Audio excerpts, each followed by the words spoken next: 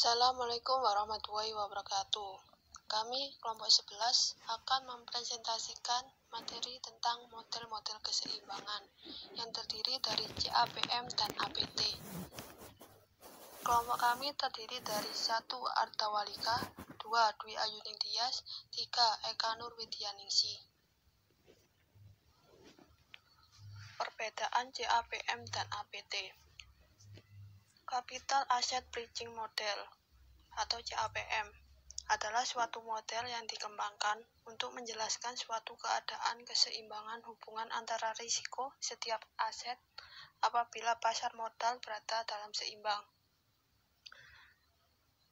CAPM dihitung dengan rumus RI sama dengan RF tambah beta I dalam kurung RM dikurangi RF tutup kurung. RI adalah tingkat return saham yang diinginkan, RF tingkat return bebas risiko, beta I koefisien beta saham, RM adalah return portofolio pasar yang diharapkan. Arbitrage Pricing Theory atau APT merupakan model yang return sekuritasnya tidak hanya dipengaruhi oleh portofolio pasar, karena ada asumsi bahwa return harapan dari suatu sekuritas bisa dipengaruhi beberapa sumber risiko yang lainnya. APT didasari oleh pandangan bahwa return harapan untuk suatu sekuritas dipengaruhi oleh beberapa faktor risiko yang menunjukkan kondisi perekonomian secara umum. Faktor-faktor risiko yang dapat dimasukkan dalam APT yaitu 1. Masing-masing faktor risiko harus mempunyai pengaruh luas terhadap return saham-saham di pasar. 2. Faktor-faktor risiko tersebut harus secara empiris mempengaruhi return yang diharapkan. 3. Pada awal periode, faktor tersebut tidak dapat diprediksi oleh pasar karena faktor-faktor risiko tersebut mengandung informasi yang tidak diharapkan atau bersifat mengejutkan pasar. Dalam penerapan model APT, berbagai faktor risiko dapat dimasukkan sebagai faktor risiko. Misalnya, Chen, Roll, dan Ross tahun 1986 mengidentifikasi 4 faktor yang mempengaruhi return sekuritas yaitu 1. Perubahan tingkat inflasi, 2. Perubahan produksi industri yang tidak diantisipasi, 4. Perubahan premi risk default yang tidak diantisipasi, 4. Perubahan struktur tingkat suku bunga yang tidak seimbang. Perbedaan APT dan CAPM. CAPM menggunakan volatilitas return suatu sekuritas atau return portofolio terhadap return pasar sebagai pengukuran risiko. Atau bisa dikatakan CAPM hanya menggunakan satu sumber risiko, sedangkan APT menggunakan banyak variabel sebagai pengukurannya, yang sering disebut model faktor. Equilibrium pasar modal. Equilibrium pasar modal adalah kondisi pasar pada saat harga-harga aktiva berada di tingkat yang tidak memberikan insentif lagi untuk melakukan perdagangan spekulatif. Jones 1995. Implikasi dari asumsi equilibrium ini adalah sebagai berikut. 1. Semua investor akan memilih portofolio pasar, yaitu portofolio yang berisi dengan semua aktiva yang ada di pasar. 2. Portofolio pasar ini merupakan portofolio aktiva berisiko yang optimal, yaitu yang berada pada efisien frontier menurut Markowitz. Portofolio pasar. Efisien set dapat digambarkan di bidang dengan sumbu horizontal berupa deviasi standar dari portofolio dan sumbu vertikal berupa return ekspektasian portofolio. Portofolio di efisien set ini menunjukkan portofolio efisien yang mempertimbangkan trade-off antara return ekspektasian dan resiko deviasi standar return. Gambar di atas menunjukkan portofolio pasar akan terletak pada kurva efisien AB. Diperlukan kombinasi antara aktiva-aktiva beresiko dengan aktiva bebas resiko yang ditunjukkan dengan garis lurus. Diasumsikan semua investor melakukan investasi yang sama, yaitu portofolio pasar dengan asumsi-asumsi capital asset pricing model dan analisis Markowitz, yaitu dengan data return, varian dan kovarian return yang sama, dan waktu satu periode yang sama. Garis pasar modal. Garis pasar modal adalah garis pasar yang menunjukkan semua kemungkinan kombinasi portofolio efisien yang terdiri dari aktiva-aktiva beresiko dan aktiva bebas resiko. Keadaan ekuilibrium pasar yang menyangkut return ekspektasian dan resiko dapat digambarkan oleh garis pasar modal atau GPM atau Capital Market Line atau CML. Garis lurus RBR sampai Q adalah garis pasar modal. Jika garis ini digambarkan kembali dengan tanpa menggambarkan efisien set, maka akan tampak sebagai berikut.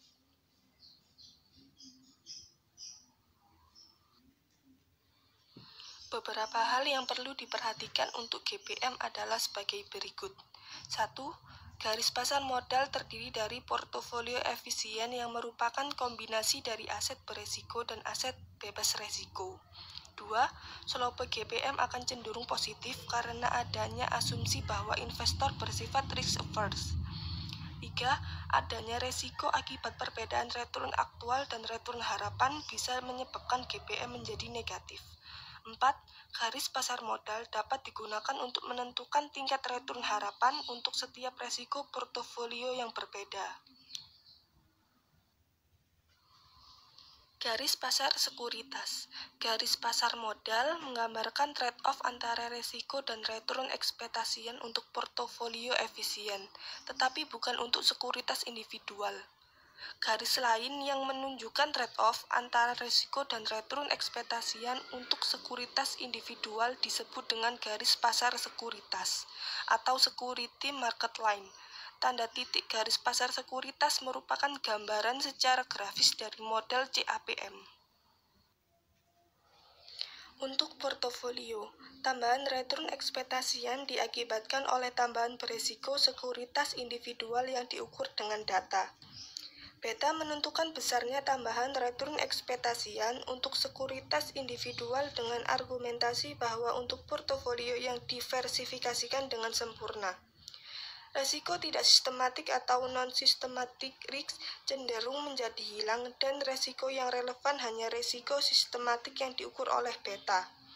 Argumentasi ini didasarkan pada asumsi bahwa untuk ekspektasi homogen atau homogeneous expectation, semua investor akan membentuk resiko pasar yang diversifikasi secara sempurna, sehingga resiko yang relevan untuk tiap-tiap sekuritas di dalam portofolio adalah beta. Beta untuk portofolio pasar adalah bernilai 1. Suatu sekuritas yang mempunyai data lebih kecil dari 1 dikatakan beresiko lebih kecil dari resiko portofolio pasar. Sebaliknya, suatu sekuritas yang mempunyai nilai beta lebih besar dari 1 dikatakan mempunyai resiko sistematik yang lebih besar dari resiko pasar. Jika suatu sekuritas mempunyai beta sama dengan beta portofolio pasar atau sama dengan 1, maka diharapkan sekuritas ini mempunyai return ekspektasian yang sama dengan return ekspektasian portofolio pasar atau ERM. Untuk sekuritas individual yang mempunyai beta lebih kecil dari 1, maka diharapkan akan mendapatkan return ekspektasian lebih kecil dibandingkan dengan return ekspektasian portofolio pasar. Hubungan return ekspektasian dan data ini dapat digambarkan di garis pasar sekuritas seperti tampak di gambar sebagai berikut. Di gambar tersebut terlihat bahwa titik M menunjukkan portofolio pasar dengan beta senilai 1 dengan return ekspektasian sebesar E buka kurung RM tutup kurung. Untuk beta bernilai 0 atau untuk aktiva yang tidak mempunyai resiko sistematik yaitu beta untuk aktiva bebas resiko. Aktiva ini mempunyai return ekspektasian sebesar RBR yang merupakan intercept dari GPS dengan mengasumsikan GPS adalah garis linier. Maka persamaan dari garis linier ini dapat dibentuk dengan intercept sebesar RBR dan slope sebesar buka kurung E buka kurung RM tutup kurung dikurangi RBR tutup kurung. Persamaan GPS untuk sekuritas ke I dapat dituliskan E buka kurung RP tutup kurung sama dengan RBR plus beta I dikali buka kurung E di buka kurung RM tutup kurung dikurangi RBR tutup kurung.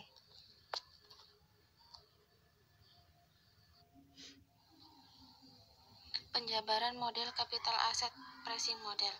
Resiko portofolio yang diukur dengan standar deviasi sesuai dengan model Markowitz berisi dengan N varian return dan N kali N-1 covarian return. Untuk portofolio pasar diasumsikan bahwa return sekuritas individual berkorelasi dengan return pasar. Resiko portofolio pasar dapat disederhanakan sebagai berikut. Dengan asumsi bahwa proporsi masing-masing sekuritas di dalam pasar adalah sama, yaitu kontribusi sekuritas ke-1 untuk resiko portofolio sama dengan kontribusi sekuritas kedua untuk resiko portofolio dan seterusnya. Maka dapat diartikan bahwa kontribusi masing-masing sekuritas terhadap resiko portofolio pasar adalah tergantung dari besarnya covarian return sekuritas dengan portofolio pasar.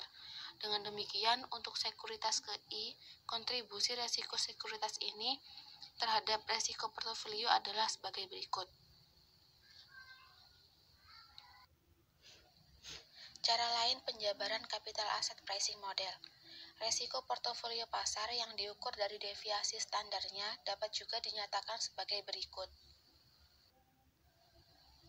Karena investor diasumsikan memegang portofolio pasar, maka kontribusi resiko sebuah sekuritas terhadap kontribusi total resiko portofolio dapat dianggap sebagai perubahan dari resiko portofolio akibat perubahan proporsi sekuritas tersebut. Perubahan resiko portofolio pasar akibat proporsi suatu sekuritas dapat dihitung dari turunan pertama total resiko portofolio pasar terhadap proporsi sekuritas ke I sebagai berikut. Pengujian empiris terhadap CAPM. Pengujian CAPM dapat menggunakan persamaan berikut. RI sama dengan A1 ditambah A2 dikali beta I. RI sama dengan rata-rata return sekuritas I dalam periode tersebut. Beta I sama dengan estimasi beta untuk sekuritas I. Jika CAPM valid, maka nilai A1 akan mendekati nilai rata-rata return bebas resiko selama periode pengujian, dan nilai A2 akan mendekati rata-rata premi risiko pasar selama periode tersebut.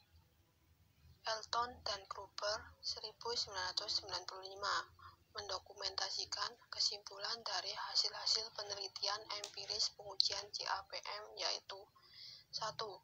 SML yang terbentuk cenderung linier. 2. Sebagian besar hasil penelitian menunjukkan bahwa intercept SML lebih besar dari return bebas resiko. Slope 3. Slope CAPM yang dihasilkan cenderung lebih kecil dari slope hasil perhitungan dari teori CAPM. 4. Meskipun hasilnya beragam, tetapi dapat disimpulkan bahwa investor hanya akan mendapatkan return berdasarkan risiko sistematis yang diasumsikan. Sekian presentasi dari kelompok kami. Apabila ada salah kata, mohon dimaafkan. Wassalamualaikum warahmatullahi wabarakatuh.